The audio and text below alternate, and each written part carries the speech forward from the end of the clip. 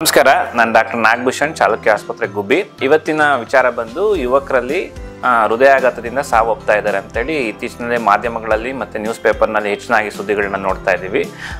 ಇದಕ್ಕೆ ಸರ್ಕಾರ ಆತಂಕ ಒಳಗಾಗಿ ಜಯದೇವ ಆಸ್ಪತ್ರೆಯ ನಿರ್ದೇಶಕರಾದಂಥ ಶ್ರೀ ಡಾಕ್ಟರ್ ರವೀಂದ್ರನಾಥ್ ಅವರ ನೇತೃತ್ವದಲ್ಲಿ ಒಂದು ಸಮಿತಿಯನ್ನು ರಚಿಸಿತ್ತು. ಈಗ ಆಗ್ತಾ ಇರೋ ಹೃದಯಾಘಾತಗಳಿಗೆ ಕೋವಿಡ್ ಲಸಿಕೆ ಕಾರಣನಾ ಅಂತ ಸೂಕ್ತವಾಗಿ ಪರಿಶೀಲಿಸಿ ವರದಿ ನೀಡಬೇಕಾಗಿ ಸರ್ಕಾರ ಆ ಸಮಿತಿಯನ್ನು ರಚಿಸಿದ್ದರು.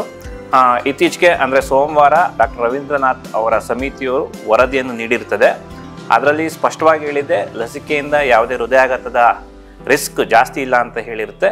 ಬಟ್ ಯಾಕೆ ಹೃದಯಾಘಾತಗಳು ಜಾಸ್ತಿ ಆಗ್ತಾ ಇದೆ ಅನ್ನೋ ಕಾರಣದ ಬಗ್ಗೆ ಬೆಳಕನ್ನು ಚೆಲ್ಲಿದೆ ಈ ಸಮಿತಿ.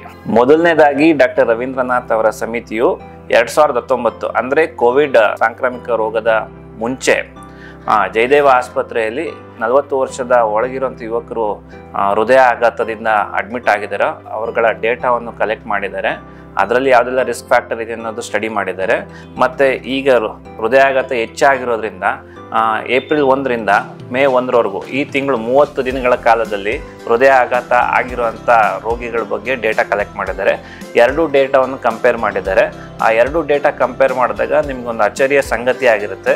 ಯಾರಿಗೆಲ್ಲ ಕೋವಿಡ್ ಆಗಿರುತ್ತೋ ಅಂಥವ್ರಿಗೆ ರಿಸ್ಕ್ ಫ್ಯಾಕ್ಟರ್ ಜಾಸ್ತಿ ಆಗಿರುತ್ತೆ. ಮತ್ತು ಯಾರೆಲ್ಲ ಲಸಿಕೆ ತಗೊಂಡಿದ್ದಾರೆ ಅನ್ನೋದ್ರ ಬಗ್ಗೆ ಸ್ಪಷ್ಟತೆ ಕೊಟ್ಟಿಲ್ಲ. ಆದರೆ ಕೋವಿಡ್ ಕಾಯಿಲೆ ಆದವ್ರಿಗೆ ಹೃದಯಾಘಾತ ಚಾನ್ಸಸ್ ಜಾಸ್ತಿ ಇದೆ ಅನ್ನೋದ್ರ ಬಗ್ಗೆ ಮಾಹಿತಿ ಚೆಲ್ಲಿದ್ದಾರೆ. ಈ ಸಮಿತಿಯ ವರದಿಯಲ್ಲಿ ಯಾವುದೆಲ್ಲ ರಿಸ್ಕು ನಮಗೆ ಹೃದಯಾಘಾತ ಆಗೋದಕ್ಕೆ ಜಾಸ್ತಿ ಅನ್ನೋದ್ರ ಬಗ್ಗೆ ಭಾಳ ಸ್ಪಷ್ಟವಾಗಿ ಹೇಳಿದೆ. ಮೊದಲನೇದಾಗಿ ನಮ್ಮ ಲೈಫ್ ಸ್ಟೈಲ್ ಅಂದರೆ ನಮ್ಮ ಜೀವನ ಕ್ರಮಗಳು ಭಾಳಷ್ಟು ಬದಲಾಗಿದೆ. ಅತಿ ಹೆಚ್ಚು ಮೊಬೈಲು ಯೂಸ್ ಮಾಡೋದಿರ್ಬೋದು, ಮತ್ತು ಸೆಡೆಂಟ್ರಿ ಲೈಫ್ ಸ್ಟೈಲ್ ಅಂದರೆ ಯಾವುದೇ ರೀತಿ ಯೋಗ ವ್ಯಾಯಾಮಗಳು ಚಟುವಟಿಕೆ ಇಲ್ಲದೆ ಇರೋವಂಥದ್ದು. ಮತ್ತು ಈ ಲೈಫ್ ಸ್ಟೈಲ್ ಮಾಡಿಫಿಕೇಷನ್ದಾಗಿ ಮೊದಲನೇದಾಗಿ ರಿಸ್ಕ್ ಫ್ಯಾಕ್ಟರ್ ಸ್ಟಡಿ ಮಾಡಿದ್ದಾರೆ. ಎರಡನೇದು ಧೂಮಪಾನದಲ್ಲೂ ಕೂಡ ರಿಸ್ಕ್ ಜಾಸ್ತಿ ಇರುತ್ತೆ ಹೃದಯಾಘಾತ ಆಗೋದಕ್ಕೆ. ಮೂರನೇದು ಡಯಾಬಿಟೀಸ್ ಅಂದರೆ ಮಧುಮೇಹ ಕಾಯಿಲೆ. ನಾಲ್ಕನೇದು ಅತಿಯಾದ ರಕ್ತದೊತ್ತಡ ಹೈಪರ್ ಟೆನ್ಷನ್. ಮತ್ತು ಕೊಲೆಸ್ಟ್ರಾಲ್ ಬೊಜ್ಜಿನಾಂಶ ಜಾಸ್ತಿ ಇರೋದು ಕೂಡ ರಿಸ್ಕ್ ಕೂಡ ಜಾಸ್ತಿ ಆಗಿದೆ. ಲಾಸ್ಟ್ನೇದು ಬಂದು ನಮ್ಮಲ್ಲಿ ಒಬಿಸಿಟಿ ಅಂದರೆ ತುಂಬ ಸ್ಥೂಲಕಾಯ ಇರೋರು ಕೂಡ ರಿಸ್ಕ್ ಜಾಸ್ತಿ ಆಗಿರುತ್ತೆ.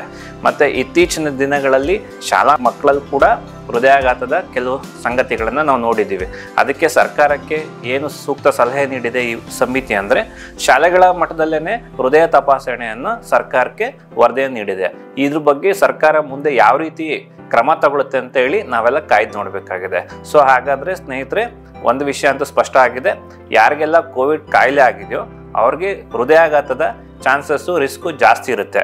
ಆದರೆ ಕೋವಿಡ್ ಲಸಿಕೆಯಿಂದ ಆಗ್ತಾ ಇದೆ ಅನ್ನೋದಕ್ಕೆ ಯಾವುದೇ ಆದಂಥ ಸ್ಪಷ್ಟ ನಿದರ್ಶನಗಳಿಲ್ಲ. ವೀಕ್ಷಕರೇ, ನೋಡಿದ್ರಲ್ಲ, ಕೋವಿಡ್ ರೋಗ ಯಾರಿಗೆಲ್ಲ ಆಗಿದೆಯೋ ಅವರು ಭಾಳ ಹುಷಾರಾಗಿರ್ಬೇಕಾಗತ್ತೆ. ಈ ವರದಿ ಪ್ರಕಾರ ಕೋವಿಡ್ ಕಾಯಿಲೆಯವ್ರಿಗೆ ರಿಸ್ಕ್ ಜಾಸ್ತಿ ಇರುತ್ತೆ, ಹಾರ್ಟ್ ಅಟ್ಯಾಕ್ ರಿಸ್ಕ್ ಜಾಸ್ತಿ ಇರುತ್ತೆ. ಲಸಿಕೆಯಿಂದ ಹಾರ್ಟ್ ಅಟ್ಯಾಕ್ ಜಾಸ್ತಿ ಆಗಿರೋದಕ್ಕೆ ಯಾವುದೇ ರೀತಿಯಾದಂಥ ಕುರುಹುಗಳು ಸಿಕ್ಕಿಲ್ಲ. ಹಾಗಾಗಿ ನಿಮಗೆ ಕೋವಿಡ್ ರೋಗ ಸಾಂಕ್ರಾಮಿಕ ರೋಗದಲ್ಲಿ ಆಗಿದ್ರೆ ನೀವು ಹೃದಯಾಘಾತದ ಬಗ್ಗೆ ಎಚ್ಚರ ವಹಿಸಿ. ಮತ್ತು ಇವತ್ತು ನಮ್ಮ ಕರ್ನಾಟಕ ರಾಜ್ಯದ ಆರೋಗ್ಯ ಸಚಿವರಾದಂಥ ದಿನೇಶ್ ಗುಂಡೂರಾವ್ ಅವರು ಒಂದು ಸ್ಟೇಟ್ಮೆಂಟ್ ನೀಡಿದ್ದಾರೆ. ಯಾವುದೇ ಅಸಹಜ ಸಾವನ್ನು ನೋಟಿಫೈ ಮಾಡಬೇಕು ಅಂತ ಹೇಳಿದ್ದಾರೆ.